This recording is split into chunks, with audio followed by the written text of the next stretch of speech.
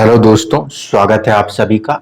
जैसे कि हम चर्चा कर रहे थे आठवें भाव को लेकर, एट्थ हाउस को लेकर, आज जो चर्चा करेंगे वो सिर्फ भाव के ऊपर निर्धारित होगी। इस बात को क्यों कह रहा हूं उसको समझिएगा। कुछ रिजल्ट्स हाउसेस को अलॉट हैं, कुछ रिजल्ट्स प्लैनेट्स को अलॉट हैं और कुछ रिजल्ट्स राशियों को अलॉट हैं। इस बात को सबसे पहले समझिएगा। इसीलिए कुंडली के अंदर सभी के पास उनका जो भाव है वो फिक्स है। राशियां बदलती रहती हैं, ग्रहों के स्वामित्व राशियों पर निर्धारित होते हैं। इस बात को ध्यान रखिएगा, इस चीज को भूलना नहीं, नहीं तो फिर प्रिडिक्शंस में प्रॉब्लम्स आएंगी।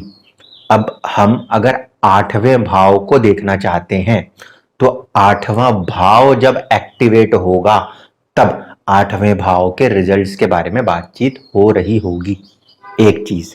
दूसरी चीज, हर भाव का कोई ना कोई कारक ग्रह जरूर होता है, इसको हमेशा ध्यान रखिएगा। इसीलिए हर कुंडली में जब कभी भी वो कारक ग्रह उस भाव से किसी तरह का संबंध बनाते हुए चलेगा तब तब वो भाव को कहीं एक्टिवेट कर सकता है। तीसरी इंपॉर्टेंट बात जो आपने बहुत बार सुनी होगी, जब कभी भी कोई ग्रह आठवें भाव से गोचर करता है, क्योंकि जब भी कोई ग्रह किसी भाव में जाके बैठेगा तब वहां पे कुछ एक्टिवेशंस होंगे, हाउस के एक्टिवेशंस होते हैं, अन्यथा हाउस ऐसे ही एक्टिवेट नहीं हो जाते। इस बात को ध्यान रखिएगा। बहुत सिंपल सा लॉजिक है। आपके पास एक से ज्यादा प्रॉपर्टी हो सकती है, आपका एक घर इंडिया में और एक घर अमेरिका में हो सकता है, ठीक है, क्योंकि एक ग्रह के पास दो राशियां हो सकती हैं।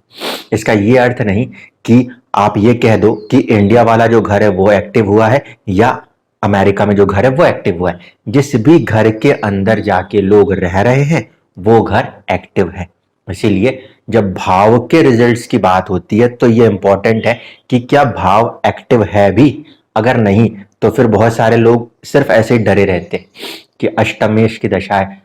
अष्टमेश दो कंडीशनों में, अगर सूर्य या चंद्रमा आठवें भाव के स्वामी हो, यानी कि आपके पास अगर मान लीजिए धनु लगन है जिसमें आठवें का स्वामी चंद्रमा हो जाएंगे, और इसी तरीके से आपको 5 नंबर आना चाहिए, यानी कि आपकी कुंडली जो है वो धनु से हटके कहीं कुंभ की तरफ चली जाए, ठीक, तो मकर की तरफ चली जाए। ऐसे स्थितियों में क्या होगा, सिर्फ एक ही ग्रह के पास स्वामित्व आ जाएगा। फिर वहां पे एक शब्द इस्तेमाल किया गया, अगर आपको ध्यान हो तो, वो ये कहते हैं चंद्रमा और सूर्य को अष्टमेश होने का दोष नहीं लगता। इस लाइन को पकड़ के चलिएगा, ये लाइन बहुत इंपॉर्टेंट है, बहुत ज्यादा, क्योंकि लोग इसका मतलब नहीं समझते।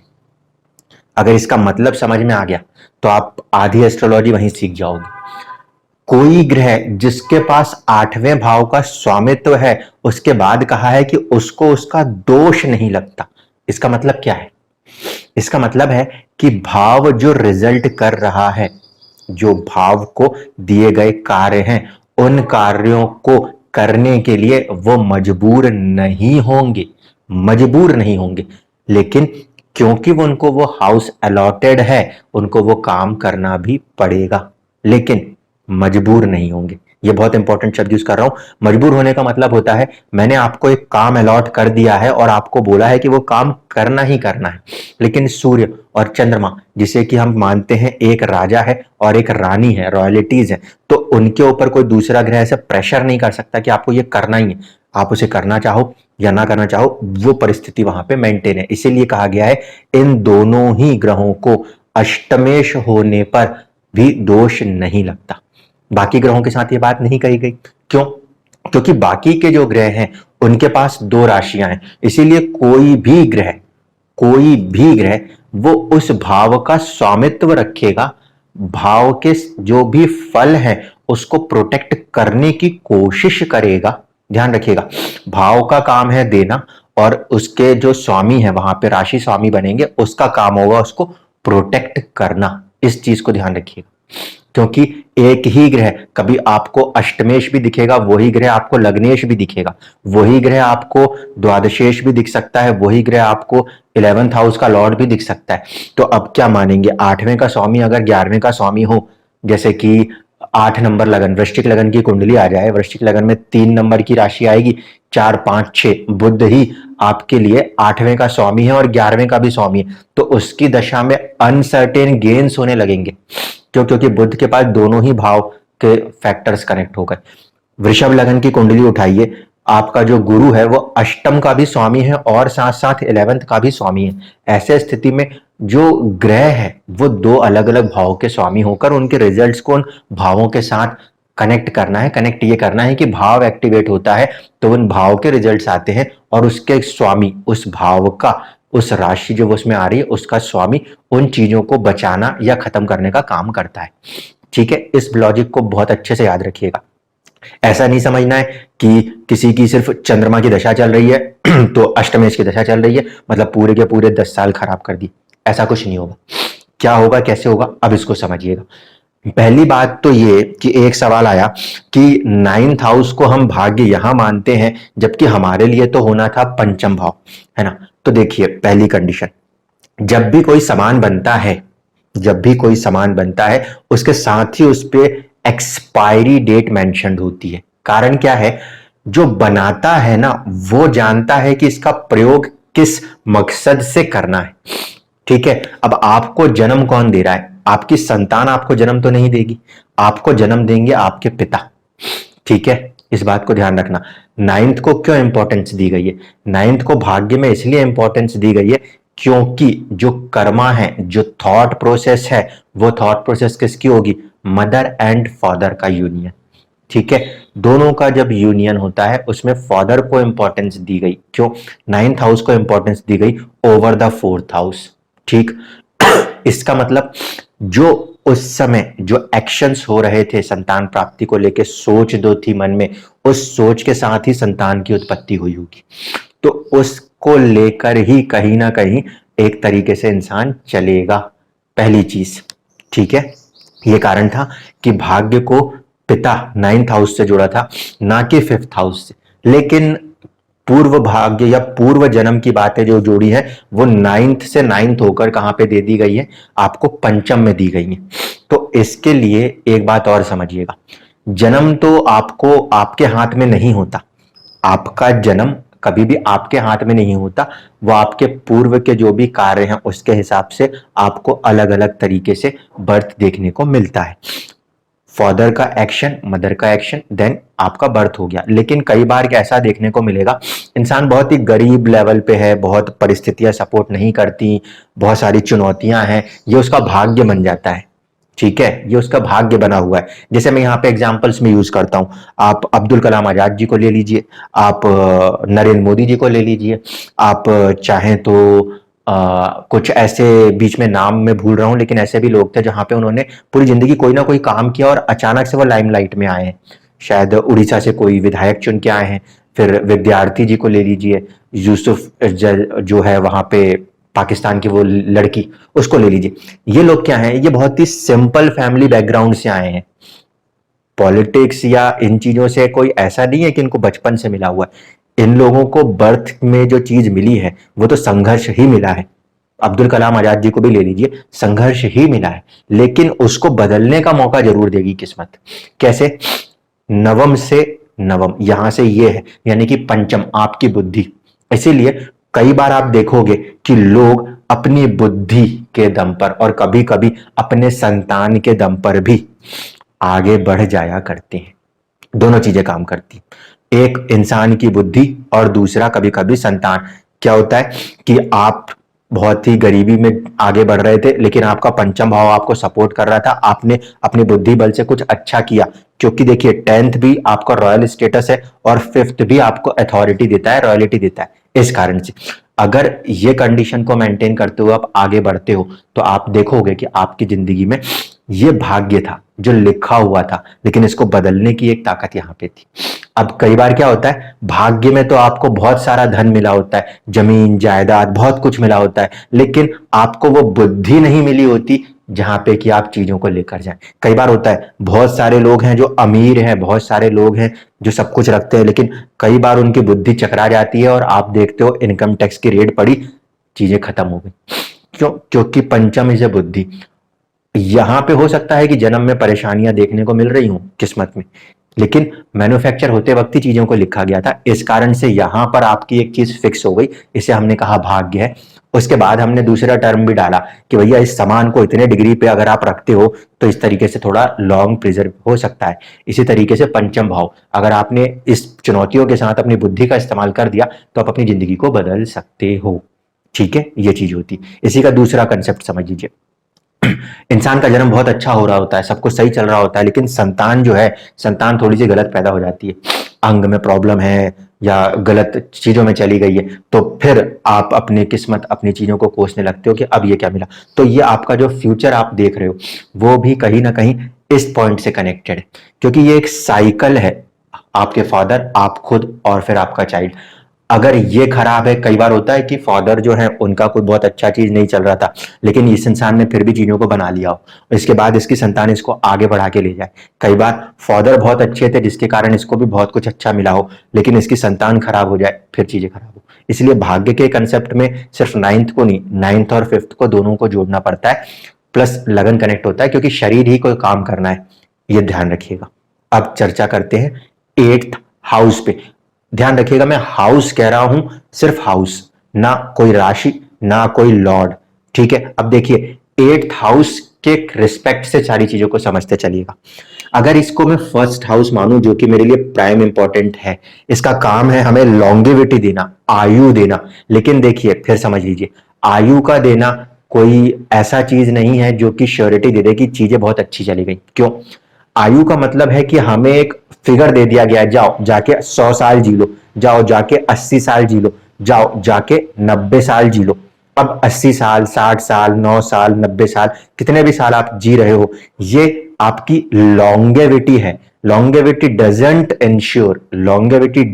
इंश्योर कि आपकी हेल्थ पॉजिटिव है। कई बार देखोगे लॉन्गेविटी तो है, लेकिन लॉन्गेविटी में आपकी जो हेल्थ है उसने सपोर्ट नहीं किया, पैरालिसिस हो गया, कई बार लोग कोमा में चले गए हैं, एक्सीडेंट हो जाने के कारण बेड रिडन हो गए हैं। तो क्या हुआ?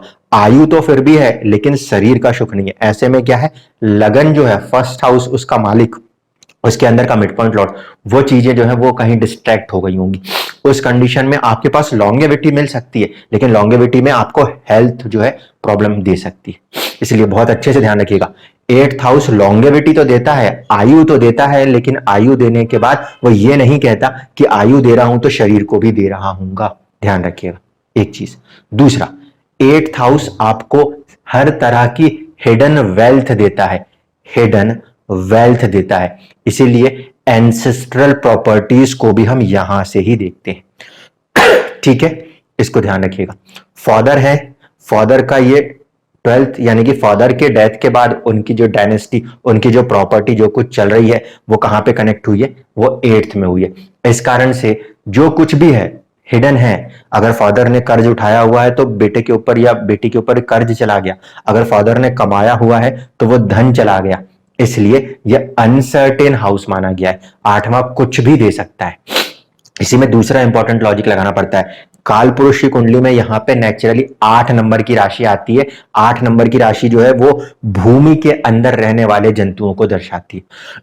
अब आपने खोदा, कहीं पे खोदने पे सांप, कहीं बिच्छू, कहीं कुछ निकल गया, और कभी कभी गड़ा हुआ धन भी निकल गया।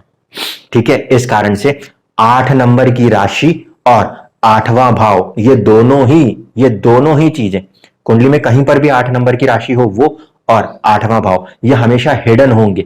इसके अंदर आने वाली चीजें जिंदगी को किसी भी रुख में बदल सकती होंगी, पॉजिटिव भी और नेगेटिव भी। ठीक, इसको ध्यान रखिएगा। अब समझिए इसके बाद अगली सिचुएशन क्या है। जितने भी कर्मा हैं, जो कि डेथ के बाद वाले कर्मा हैं, या लाइफ इंश्योरेंस वाले जो गेन्स हैं, जितने भी एकांतवास, अकेलापन, उसमें रह के जो कार्य करने होते हैं, वो सब एट्थ हाउस कराता है। इसीलिए कई बार हम बोलते हैं कि जेल वगैरह जो है ना, जहां पे अकेला रहना पड़ता हो, उसमें भी एट्थ हाउस का कोई ना कोई रोल आता है। ध्यान रखिएगा, मेन टर्म है एकांतवास में होने वाले कर्मा जो हैं, यानी कि मेडिटेशन से लेके, ध्यान लगाने से लेके, हर वो चीज जहां पे आपको अपनी जिंदगी में अकेले रह के कुछ करना पड़ता हो, लोनलीनेस का फैक्टर थोड़ा कनेक्ट होता हो, वो सारी चीज 8वें भाव से जुड़ी है। तो 8वां भाव इन चीजों को लेकर चलता है, भाव लेके चल रहा है। मैं स्वामी के ऊपर अभी नहीं डाल रहा, ये ध्यान रखिएगा। एट्थ हाउस की कैपेसिटी है कि वो आपको ये चीजें दे सकता है। क्या? हिडन वेल्थ दे सकता है। ठीक। एट्थ हाउस आपको लॉन्गेविटी दे सकता है। तीसरी कंडीशन कि एट्थ हाउस अगर किसी का एक्टिव है तो वो उसको लोनलीनेस, अकेलापन, रिसर्च, खोज में जो चीजें लगती हैं वो सब कुछ दे सकता है। ठीक, पहली बात। अब दूसरी चीज, अगर नाइन्थ हाउस को देखेंगे तो ये इसका सेकंड है, यानी कि इसको जो चलाएगा, आपकी आयु को कौन चलाएगा, आपकी लॉन्गेविटी को कौन चलाएगा, ये होगा आपका भाग्य। आप बेड रिडन हो गए थे, आप बिल्कुल कोमा में चले गए थे, लेकिन आपको सारा सपोर्ट दे रहा था, किस्मत आपको सपोर्ट दे रही थी, आपको ऑक्सीजन मिल रही थी, आपको खाना मिल रहा था, आपको जो कुछ भी जरूरत है एक वाइटल फोर्स कॉल्ड लाइफ को मेंटेन करने की, वो सारी चीजें आपको मिल रही थी, तो वो आपकी किस्मत दे रही थी। इसीलिए मैंने हमेशा कहा हर भाव से सेकंड जो है वो उसको फीड करता है। तो आपकी जो किस्मत है वो आपको फीड करा रही है, क्योंकि अगर वो फीड नहीं कराएगी तो आपके पास आयु, लॉन्गेविटी अपने आप ही खत्म होती जाएगी। ठीक है, एक होता है हेल्थ का खत्म होना और दूसरा होता है आयु का खत्म होना। कई बार आप देखते हो कि जब हम अच्छा खाना नहीं खा पाते तो हमारी इम्यूनिटी वीक हो रही है और इसके बाद हमारी जल्दी डेथ भी हो रही होती है। अब कोविड काल में आपने देखा लोगों को ऑक्सीजन नहीं मिली, क्यों? क्योंकि वो वाइटल एनर्जी है फॉर लॉन्गेविटी, लॉन्गेविटी के लिए है वो, not for the body, for longevity. इस कारण से ये सारी चीजें जो आपको मिल रही हैं ये आपको नाइन्थ हाउस से मिल रही हैं और ये सपोर्ट करेगा किसमें, आपकी लॉन्गेविटी को मेंटेन करने के लिए। इसी में एक बात और समझिएगा, यहां पे मैंने कंसेप्ट किया था लोनलीनेस का, इसी कारण से जब भी बात आती है ना किसी की आयु पे बन जाए कि अब क्या करना है, एज फैक्टर, लॉन्गेविटी, तो आप सीधे कहां जाते हो, आप सीधे जाते हो शिव जी के पास, रुद्र रूप धारण करना है और आपको कहीं ना कहीं इस्तेमाल कौन सा मंत्र करना है, महामृत्युंजय। क्यों? क्योंकि एकांतवास किसको रिप्रेजेंट करता है, शिव को रिप्रेजेंट करता है। कारकत्व किसके पास है, शनि के पास है, शनि भी कहीं ना कहीं शिव और रुद्र का रूप होते हैं। ठीक है, इसीलिए हाउस को ध्यान में रखना है, तो हाउस को इन चीजों के साथ कनेक्ट करना है। एट्थ हाउस अगर स्ट्रांग है तो लोनलीनेस हो गया जिंदगी में, एट्थ हाउस अगर थोड़ा सा ज्यादा स्ट्रेंथ ले गया तो आपको कहीं ना कहीं किसी तरीके से हिडन गेन्स होते रहेंगे, ध्यान रखिएगा। नाइन्थ को हमने समझ लिया, ये इसको सपोर्ट करेगा, फीड करेगा। टेंथ हाउस जो है वो इसका करेज है, क्योंकि तीसरा भाव जो होता है कभी भी किसी कुंडली में वो दिखाता है पराक्रम को, करेज को। तो आप अपने लॉन्गेविटी को करने के लिए क्या करते हो, काम करते हो। काम का मतलब क्या, पराक्रम करना पड़ता है।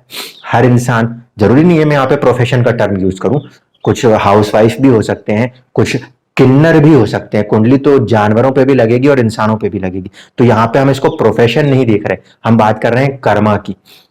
हमेशा आयु को, लॉन्गेविटी को मेंटेन रखने के लिए इंसान को किसी ना किसी तरीके से कर्मा करना ही पड़ता है। ठीक है, खाने के लिए शेर को दौड़ना पड़े तो भी कर्मा है, आप कोई चीज को लेने के लिए, खाने को, किसी चीज को बनाने के लिए, इसका सेकंड हाउस है, तो इन सारी चीजों को बनाने के लिए आपको ये करना पड़ेगा। तो लॉन्गेविटी के लिए ये जो पराक्रम करना पड़ता है ये कहीं ना कहीं आपका टेंथ हाउस होता है। ठीक है, हम कहां से देख रहे हैं, एट्थ हाउस से। इसका ये फोर्थ से कनेक्शन बन गया, ये इससे फोर्थ है, इसका मतलब क्या है, लॉन्गेविटी का सुख क्या है। अगर मटीरियलिस्टिक वे में देखें तो ये गेन्स है, लेकिन दूसरे शब्द में देखें तो ये है आपके फ्रेंड्स, 11th हाउस, बड़े भाई बहन और गेन्स और फ्रेंड्स। तो जब कोई साधु पुरुष होता है वो अपनी वाणी से इतना अपने आप को आगे बढ़ा ले जाता है कि उसके बहुत सारे फॉलोअर्स बन जाते हैं, है ना। तो इस कारण से ये इसका क्या है, सुख है, सुख भाव है। 11th जो है वो उसका सुख है। आपकी आयु का सुख क्या है, कितने ज्यादा से ज्यादा लोग आपको जानते हैं, या आपकी लॉन्गेविटी को और ज्यादा बढ़ा रहा है, क्योंकि आप अपने शरीर को त्याग दोगे उसके बाद भी आपकी लॉन्गेविटी कहीं ना कहीं आपके फॉलोवर्स के द्वारा आगे बढ़ती हुई नजर आएगी। ठीक है, इसको समझिएगा। इसके बाद ये इससे होता है पंचम, एंड पंचम को हम नेचुरल देखें तो क्या है, पंचम इज अ विद्या। अब अष्टम से ये पंचम है, और पंचम क्या हो रहा है, 12th हाउस। 12th क्या है, वो सारी चीजें जो इस दुनिया से हटके बाहर हो जाए, पराविज्ञान। इस कारण से एस्ट्रोलॉजी, रिसर्च, ऑक्कल्ट साइंसेस में क्या होता है, इनमें वो चीजों पे बात होती है जो एग्जिस्ट ना करती हो, उसे कराया जाता हो, बनाया जाता हो। जब मोबाइल फोन्स या गाड़ियां नहीं बनी थी तो किसी ने उसको दिमाग में लगाया होगा कि ऐसा कुछ बनाऊं तब ये चीज बनेगी। तो वो जो चीज एग्जिस्ट नहीं कर रही थी उसके ऊपर सोचकर काम करना और उस काम पे अपना दिमाग लगाना, ये सपोर्ट करता है। और यही कारण है कि आज के युग में आप देखो जितने भी टेक्नोलॉजी ड्रिवन सेक्टर्स हैं, technology 8th house research driven sectors हैं, टेक्नोलॉजी से चल रहे हैं, फेसबुक बनाने वाले लोग हैं या जो ऐसे कनेक्ट करने वाले लोग हैं, ये फॉर्मेशन और ये फॉर्मेशन उनको हेल्प कर रहा है। इस कारण से ये बहुत ही जल्दी अमीर हो जाया करते हैं। आप कभी ऐसे लोगों की कुंडलियों को देखना जो बहुत जल्दी अमीर हो रहे हैं, तो उनके में इसका 8th का फॉर्मेशन 11th से आता हो या फिर 8th का कोई फॉर्मेशन स्वामी के तौर पे या किसी भी तौर पे कहां से आना चाहिए, आपके 12th से आना चाहिए। ठीक है, अभी भी ध्यान रखना हाउस एक्टिवेशन एक डिफरेंट कंसेप्ट होगा। कॉम्बिनेशन क्या है, लॉर्ड्स आपस में मिलते हो तो भी कॉम्बिनेशन बनता है, हाउस एक्टिवेशन नहीं बनता, ध्यान रखना। अब बात करें कि ये जो है ये है छठा। अब आप तो चाहते हो कि मेरी मृत्यु हो जाए, सुसाइड करने जाते हो, सुसाइड में क्या छोड़ते हो, आप अपना शरीर छोड़ना चाहते हो। शरीर जो है वो लॉन्गेविटी का दुश्मन है। ठीक है, आपका शरीर जो है वो आपकी लॉन्गेविटी का दुश्मन है। क्यों, इसको ऐसे समझ लीजिए, आपके पास आयु तो बहुत लंबी है, लेकिन अगर आपको आपके लगन ने, फर्स्ट हाउस ने, बॉडी ने सपोर्ट नहीं किया तो वो लॉन्गेविटी भी क्या, इंसान बिस्तर पे पड़े पड़े फिर अब दुआएं मांगता है कि अब तो उठा ही ले। ठीक है, इसलिए ये इसका शत्रु बन जाता है। और सुसाइड के कंडीशन में भी हम इसी चीज को देखते हैं कि इंसान अपना शरीर त्यागने की कोशिश करता है कि भाई किसी भी तरीके से शरीर त्याग दो। आयु का जो फैक्टर, लॉन्गेविटी जो है, उसके बीच में क्या जुड़ रहा है, शरीर का कोई अंग किसी भी तरीके से आया जा सकता है। ठीक है, छिपकली की पूंछ कट जाए तो दोबारा आ सकती है। इंसान के केसेस में कई बार क्या होता है कि हाथ पैर कट जाए और हम उसे कृत्रिम रूप से जोड़ सकते हैं, तो लगन वहां पे कनेक्ट है। वो आपके लॉन्गेविटी, आपके अंदर जो प्राण है, प्राण उस चीज को नहीं खत्म करता, इसको ध्यान रखिएगा। इसलिए शरीर जो है, मुक्ति जो है, वो शरीर हमेशा उससे रोकता है, इसीलिए इसको शत्रु माना है। इसके बाद ये इससे 7th है। 7th का मतलब होता है एक तरीके से पार्टनरशिप। अगर हम इसको यहां से 7th देखें तो हम 7th को कैसे जोड़ते हैं, हम बोलते हैं कभी भी 7th जो है वो मारक हो जाएगा। ठीक है, मारक होगा। अब बात यह है कि यह आयु है और यह आयु का मारक है ना। हमने यहां पे भी पढ़ा है कि 7th हाउस और 2nd हाउस जो है वो कहीं ना कहीं डेथ कर सकते हैं, मृत्यु दे सकते हैं।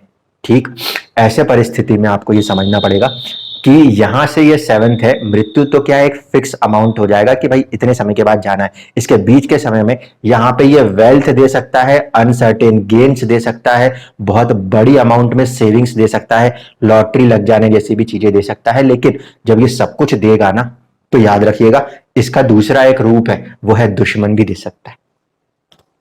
क्यों, अब आपके पास वेल्थ आ गई, अब आपके दुश्मन भी खड़े हो जाएंगे कि जल्दी से जल्दी मरे और मेरे को ये पूरी वेल्थ मिले। कई बार हम ऐसे केसेस को देखते हैं ना, जहां पे हम देखते हैं कि जो आपकी डेथ है वो एक तरीके से टाइम से पहले किसी ने ये कर दिया है, किल कर दिया, पैसों को लेकर लड़ाइयां हो रही है। ऐसे में ये वाली चुनौती यहाँ पे कभी कभी देखने को मिल जाया करती है।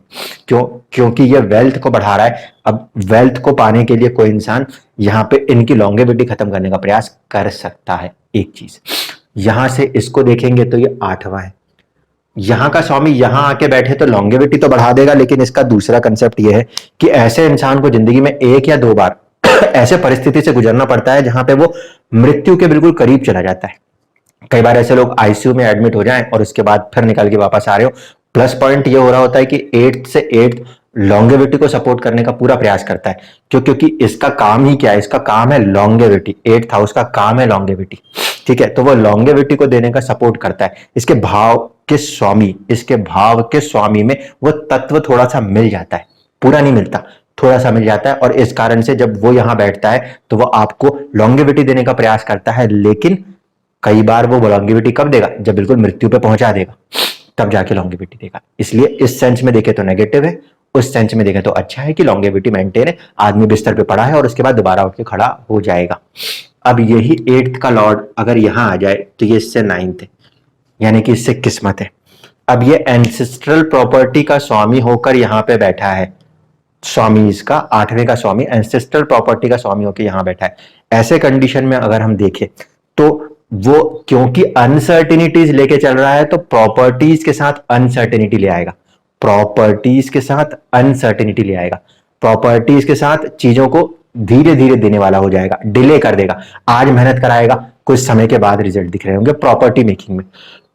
मदर के साथ हैप्पीनेस में भी थोड़ी सी चुनौतियां लगा सकता है, वो डिपेंड करेगा कि प्लेनेट कौन सा है। अगर चंद्रमा हुआ तो वो कारक है, वो नहीं करेगा, लेकिन दूसरे कोई ग्रह बन गए और बैठ गए तो थोड़ी सी चुनौती लगा सकते हैं। वो हमें इंडिविजुअल लगन से देखना पड़ेगा, क्योंकि राशियां बदलेंगी, तत्व बदलेंगे, रिजल्ट्स बदलते चले जाएंगे। हम ये नहीं कह सकते कि बस इसका स्वामी यहां बैठा है तो वो एक सा ही रिजल्ट देगा, क्योंकि यहां का राशि का स्वामी का भी एक तत्व होगा, उसका भी एक तरीका होगा। जिस राशि में बैठेगा उस राशि के भी अपने कुछ गुण धर्म होंगे, उनको भी लगाना पड़ेगा। इसको डिस्कस करने के बाद उसको भी समझा दूंगा। दूसरी बात, अब यहां से ये है आपका 10th, this is the hidden thing inside the astrology. 8वें से 10वां क्या है, आयु का कर्मा क्या है। आयु का जो कर्मा है वो है आपका पंचम भाव। इसीलिए पुराने उसमें इस बात को मेंशन कर दिया गया था कि आयु की मुक्ति जो है, उसने बोला कि जब आपका तर्पण पुत्र करते हैं तो आप मुक्त होते हो। क्योंकि देखो ये इसका कर्मा, इसका जो फॉर्मेशन है कर्म का, वो कहां से आ रहा है, इससे 5th हाउस आ रहा है। दूसरे फॉर्मेशन में हम इसको देख सकते हैं कि उस समय की वो सोच रही होगी, आज अगर वो थॉट प्रोसेस बॉयज के साथ साथ गर्ल्स के साथ भी जुड़ जाए तो भी वो कहीं ना कहीं कनेक्ट होनी चाहिए, क्योंकि एस्ट्रोलॉजी को इतना रिजिड नहीं है कि उसको सिर्फ पुत्र कहा जाए। पंचम भाव को उन्होंने पुत्र कारक कहा है, इसका ये मतलब थोड़ी है कि पंचम हमेशा सिर्फ पुत्र ही पुत्र देता है, पुत्रियां भी दे देता है। ठीक है, इसको ध्यान रखिएगा। दूसरी बात है, अगर ये भाव कॉमन सेंस है तो आपका कॉमन सेंस तभी काम करता है जब आपकी बुद्धि काम करती है। इस कारण से ये भाव इसका कर्मा है, ये भी बहुत इंपॉर्टेंट है। जिस किसी को भी 8वें भाव से कोई रिजल्ट लेना है तो उसको कर्मा कहां करना है, उसको कर्मा यहां पर करना है। अगर आपको इधर कुछ भी करना है तो आपको इस एरिया पे फोकस करना है। आपको एंसेस्ट्रल प्रॉपर्टी मिल गई लेकिन आपकी संतान पे आपने कर्म नहीं किया, उसने इधर उधर करके सारे पैसे उड़ा देने हैं, चीज खराब हो जाएगी। यहां पे लॉन्गेविटी है लेकिन आपकी बुद्धि, और यही पंचम भाव को आप ध्यान से समझना, यही वो भाव है जो बीमारियों से ठीक करता है। इसीलिए अगर ये भाव खराब हो गया तो आयु तो है लेकिन आयु के बाद भी आप अपने हेल्थ को रिकवर नहीं कर पा रहे होगे, फिर चुनौतियां देने लगेगा। And this is a Karma. अगर इसको राशि के पॉइंट से देखा जाए तो अष्टम जो है वो आपका मल द्वार है, यानी कि जो कुछ भी आप खाते हो उसको अपने बॉडी से बाहर निकालने का काम जो करते हो वो अष्टम भाव है। ठीक है, और पंचम क्या है, वो आपका पेट है। इसलिए आप जो खाओगे अगर उसमें कुछ प्रॉब्लम्स हैं तो फिर उसका जो एक्सक्रीशन है उसमें भी प्रॉब्लम देखने को मिलेगी। इसको यहां से समझा जा सकता है। ये इसके लिए 11th बनेगा, 6th जो है ये इसके लिए 11th बनेगा। अब 11th बनने के कारण क्या है, इसके लिए ये लाभ की परिस्थिति तो है, इस वाले भाव से ये लाभ की परिस्थिति तो है, लेकिन चुनौती क्या है, ये अपने आप में किस बात को दर्शाता है, बीमारियों को दर्शाता है। प्लस पॉइंट क्या होगा, ये डिले का स्वामी है, डिले का स्वामी होकर अगर वो यहां बैठ गया तो ऐसे स्थिति में बीमारियों को तो देर से लगाएगा, बीमारियों को तो देर से लगाएगा।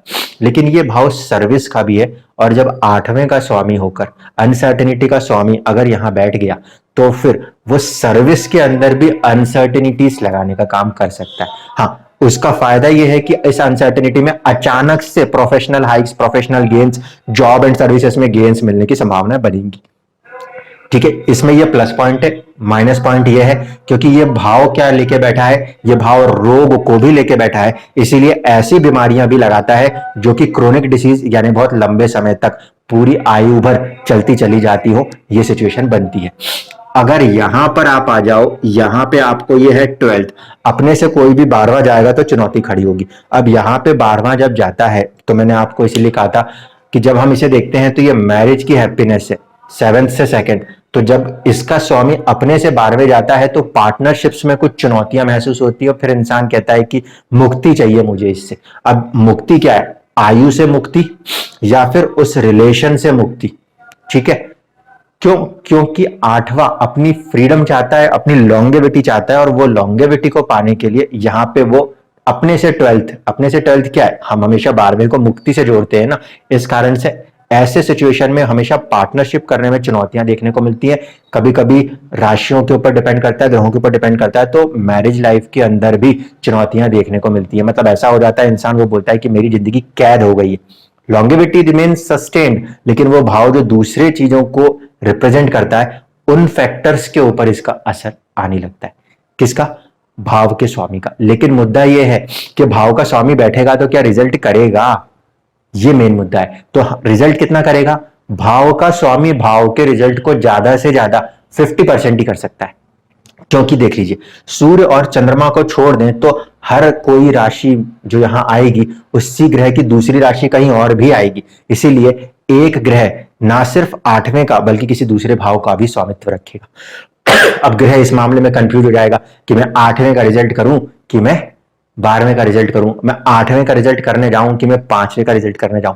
ठीक है, तो इस कारण से ग्रह जो है उसको सिर्फ 50% का काम दिया है कि अगर ये भाव कुछ करे तो आप इतना करना, उसको प्रोटेक्ट करना, उन चीजों को सजा के संवार के रखना होता है।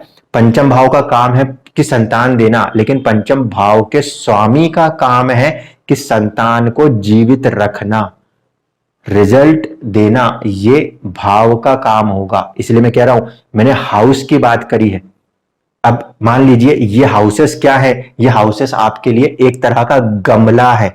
इस गमले के अंदर अलग अलग तरीके की अलग अलग जगहों की मिट्टियां डलती हैं, उसे कहते हैं राशियां। ठीक है, उनके बाद जब उन राशियों में कोई ग्रह आता है तो हम मानते हैं कि कोई खाद आया है, कोई पानी आया है। तो गमले के अंदर की मिट्टी, उस मिट्टी की क्वालिटी और उसके अंदर बैठा हुआ ग्रह जो कि उसको खाद के रूप में काम करेगा, वो बताएगा कि वो रिजल्ट कैसे कर सकता है। अब बात है हाउस एक्टिवेशन की बात। तो हाउस एक्टिवेशन का रूल ऐसा होता है, या तो कारक जो ग्रह है वो गुजर रहा हो, या कारक वहां पे बैठा हुआ हो, या कारक को छोड़ दीजिए, कारक मतलब यहां पे शनि से था। अगर कारक को छोड़ दूं तो दूसरी चीज को ध्यान रखिएगा, अगर कोई ग्रह आपके अष्टम भाव में बैठा है तभी अष्टम भाव के रिजल्ट्स आपको देखने को मिलेंगे। लॉन्गेविटी एक ऐसी चीज होगी जो कि उसको चलाना ही चलाना है, चाहे वहां कोई बैठे चाहे वहां कोई ना बैठे। ठीक है, इस बात को ध्यान रखिएगा। भाव बुरे रिजल्ट, क्योंकि लॉन्गेविटी से कौन परेशान होता है, कोई परेशान नहीं होता। भाव के बुरे रिजल्ट्स की जब हम बात कर रहे हैं या किसी भाव के अच्छे रिजल्ट्स की भी बात कर रहे हैं तो वो तब होगा ना जब उस भाव के अंदर कोई ग्रह बैठा हो। जो मैंने कहा था, आपके दो जगहों पे घर है, अगर उस घर में कोई रह ही नहीं रहा तो वह हाउस एक्टिवेट ही नहीं है, वो तो धूल खा रहा है। इसी तरीके से कोई भी ग्रह जब अष्टम में बैठा हुआ हो तो उस ग्रह की दशाएं, अंतरदशाएं, उन ग्रहों की दशाएं और अंतरदशाएं जो है वो उस भाव को एक्टिवेट कर सकती है, इसको ध्यान रखिएगा। फिर बात आती है कि जो इस भाव का स्वामी है वो 50%, क्योंकि उसके तत्वों को कहीं ना कहीं उसके पास जिम्मेदारी है तो वो देने के लिए थोड़ी सी क्षमता रखता है। लेकिन इसी का आप देखोगे, जो मैंने कहा कि सूर्य और चंद्रमा को अष्टमेश होने का दोष नहीं लगता, ये टर्म, इसका मतलब कि भाव के रिजल्ट देने के लिए बाध्य तो है लेकिन वो इंडिपेंडेंट है, जरूरी नहीं है कि वो दुख देगा ही देगा, ये ध्यान रखिएगा। इसीलिए अगर जब आठवें भाव में कोई ग्रह बैठा हो तभी अष्टम भाव से मिलने वाले रिजल्ट्स के बारे में बात ज्यादा होती है। ये चीज आपको इस तरीके से भी समझनी पड़ेगी, अष्टम भाव में कोई ग्रह तो नहीं बैठा लेकिन अष्टम भाव के ऊपर, अष्टम भाव के ऊपर किन्हीं ग्रहों की दृष्टियां हैं, अगर हैं तो भी वो भाव एक्टिवेट होगा। ठीक है, आप कुछ बड़े लोगों की कुंडलियां ऐसे देखोगे, किसी का यहाँ पे गुरु बैठा हुआ मिल जाए, यहाँ गुरु बैठेगा तो उसकी दृष्टि आ जाएगी, इस कारण ये भाव एक्टिवेट हो जाएगा। कभी कभी आप देखोगे शनि यहां बैठा होगा और उसकी दृष्टि अष्टम पे होगी, इसलिए भी भाव एक्टिवेट होगा। क्यों? क्योंकि वो दूसरा जो ग्रह है वो कहीं ना कहीं से उस पर दृष्टि डाल रहा है। ये घर बंद जरूर पड़ा है लेकिन उस घर के ऊपर किसी और की नजर जरूर है कि इसको मुझे लेना चाहिए, इसके बारे में मुझे कुछ करना चाहिए। हाउस डायरेक्टली एक्टिवेट नहीं है लेकिन दूसरा ग्रह उसको लेकर सजग हो रहा है, इस कंडीशन को भी देखना होता है। इसी के साथ साथ एक इंपॉर्टेंट बात कि ये जो है आपका 8th हाउस, ये भी तो किसी का कर्मा होगा। आपका 8th हाउस भी किसी ना किसी भाव से तो 10th होगा। किससे 10th होगा? यहां से 10th होगा। ठीक है, अगर यहां से गिने और ये भाव आपके लिए 10th है, इसका मतलब क्या है? 8वां भाव जो है वो कहीं ना कहीं कर्मा है। किसका कर्मा है? ये कर्मा है आपको कनेक्ट करने के लिए। 11th हाउस क्या होता है? 11th हाउस होता है बेसिकली, 11th हाउस बेसिकली जो होता है वो होता है गेन्स का। तो जब कभी भी लोग आठवां एक्टिवेट हो और 8वें का कर्मा कर रहे हो तो उनका फेम उनका गेन, उनकी कनेक्टिविटी नेचुरली बढ़ते हुए दिखाई देती है। कई बार हम ऐसा देखते हैं कि इस इंसान ने तो कुछ किया ही नहीं है जिंदगी में, फिर भी इसका तो नाम हो रहा है, इसको लोग जानते हैं, इसको लोग पहचानते हैं। क्यों? क्योंकि आठवां जो है, अगर उसका कर्मा हो रहा है तो इस आठवां जो है, ये कर्मा किसके लिए है? ये कर्मा है आपके 11th के लिए। अब मॉनेटरी गेन हो ये नहीं कहा जा सकता। 11th में, उस जमाने में जब ये बातें लिखी गई थी, मुझे नहीं पता वो बार्टर सिस्टम था कि वहां धन दौलत थी, इसीलिए मटेरियल वेल्थ दे इसकी जरूरत की कोई बात नहीं है, लेकिन ये लोगों के साथ, क्योंकि ये दोस्तों का भाव है, तो ये आपके इस ज्ञान के दम पर आपको दोस्त देने की क्षमता रखता है। जब भी इसके कर्मा होते हैं तो आपको काफी फेम मिलने की संभावना भी बन रही होती है दूर दूर तक। यानी कि जब कभी भी आपको आपका लाभ बनाना है, गेन्स बनाने हैं, तो आप आठवें का कर्मा, आठवें भाव का कर्मा में क्या करते हो आप? लॉटरी, सट्टा, शेयर मार्केट, ये सब क्या है? सब एक हिडन और अनसर्टेन वेज है। इसीलिए आप एक रिस्क उठा लेते हो अनसर्टेनिटी का, जिसके कारण से कई बार आपको बहुत तेजी से ग्रोथ मिल रही होती है। जिन लोगों ने बड़े बड़े ये प्लेटफॉर्म्स बनाए हैं टेक्नोलॉजी के, उन्होंने भी तो रिस्क उठाया है कि सामान बिकेगा कि नहीं बिकेगा। नैनो, या आपने देखा होगा कि टाटा ने जब गाड़ी बनाई थी तो वो रिस्क उठाया था। अब वो रिस्क सपोर्ट कर भी सकता है, वो कभी कभी सपोर्ट नहीं करता, वो एक अलग मुद्दा बन जाता है। ये चीज इस पर डिपेंड करती है कि भाव पॉजिटिव रिजल्ट कर सकता है कि भाव नेगेटिव रिजल्ट कर सकता है। इसका सबसे अच्छा एग्जाम्पल अगर आपको देखना है तो दो लोगों की कुंडलियां उठा के देख सकते हो आप। एक आप उठा के देख लो अमिताभ बच्चन जी की, बहुत सारे ग्रह अष्टम में मिलेंगे और बहुत सारे ग्रह हैं तो जाहिर सी बात है काफी ज्यादा स्ट्रांग हो जाएगा, क्योंकि उस हाउस को एक्टिवेट कर रहे हैं ना, वहां पे बैठ के उस घर के अंदर, ऐसा जैसे कि कोई शादी और शादी के अंदर बहुत सारे बाराती आके बैठे हुए, वैसी वाली हालत। इसी तरीके से आप ओशो को उठा के देख लीजिए, ओशो की कुंडली में भी आपको कहीं ना कहीं अष्टम के साथ कुछ कॉम्बिनेशन मिलेंगे। ऐसे लोग, क्योंकि इनका अष्टम सपोर्ट कर रहा है, आप देख रहे हो कि चोट के बाद, कई सारी चीजों के बाद लॉन्गेविटी भी सपोर्ट कर रही है और दूसरी चीजें भी सपोर्ट कर रही है। ये सारे रिजल्ट्स हम भाव से देख रहे हैं, भाव से। भाव को एक्टिवेट होना ये तब मुमकिन होता है जब कोई ग्रह उनको देख रहे होते हैं या फिर कोई ग्रह वहां पे बैठे हुए होते हैं। अगर वो भाव खाली है तो उसका जो स्वामी है उसके ऊपर जिम्मेदारी है उस भाव से जो चीजें जुड़ी हुई है उसको मेंटेन करने की, देने की नहीं, मेंटेन करने की। आयु देना इसका काम है, आयु देना इसका काम है, उसको मेंटेन करेगा जो भी इस भाव का स्वामी होगा। ठीक है, वो मारने नहीं जाएगा। जहां पे भी वो ग्रह बैठेगा वो बोलेगा आयु दो। इस कारण से अगर आठवें का स्वामी 9th में चला गया तो किस्मत को आयु देगा, लेकिन धीरे धीरे करके, लेट करके, डिले करके। 8वें का स्वामी उठ के 10वें में चला गया, आयु देगा किसको? आपके स्टेटस को, आपके कर्मा को, लेकिन कैसे? धीरे धीरे करके। 8वें का स्वामी 11th हाउस में चला गया, क्या देगा? मॉनेटरी गेन दे सकता है, फ्रेंड्स दे सकता है, लेकिन धीरे धीरे करके। 8 नंबर लगन को लेकर अगर आप मोदी जी की कुंडली को भी देखिए तो शुरुआत में पता नहीं उनको कोई जानता था कि नहीं जानता था, लेकिन कहीं ना कहीं बुद्ध ने, क्योंकि उनका यहाँ पे स्वामी बुद्ध बनता था, उस कॉम्बिनेशन ने वहां पे धीरे धीरे उनको आगे बढ़ाया और इतना बढ़ाया कि आज दुनिया नाम को जानती है। इसीलिए ये दोस्त देगा, फॉलोवर्स देगा, लेकिन धीरे धीरे करके। इसी तरीके से 8वें का स्वामी अगर 12वें में चला गया तो ऐसे में आपकी आयु, आपको लॉन्गेविटी, ये सारी चीजें कहां आ रही हैं? परेशानियों के बाद आएंगी, मानसिक परेशानियों के बाद आएंगी। और बहुत ज्यादा पॉजिटिव है कि विदेश में आए 12th हाउस।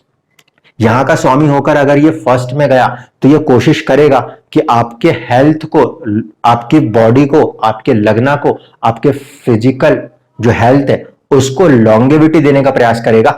अगर आपका लगन का लॉर्ड इसके साथ दुश्मनी करके बैठ गया तो प्रॉब्लम कर देगा। ठीक है, then it's give you bad ridden situation. यहां का स्वामी होकर यहां का लॉर्ड अगर आपके सेकंड के साथ कनेक्ट हो रहा है तो धीरे धीरे करके आपको वेल्थ देने की ओर बढ़ेगा। दूसरी बात, यही चीज को ध्यान रखना कि जब भी कोई ग्रह 8वें में बैठेगा तो वो भी आपको वेल्थ देने का काम करेगा, वो भी आपको लॉन्गेविटी देने का काम करेगा, वो भी आपकी जिंदगी में वो सारे रिजल्ट्स को करने की कोशिश करेगा जो 8वां भाव देना चाहता है।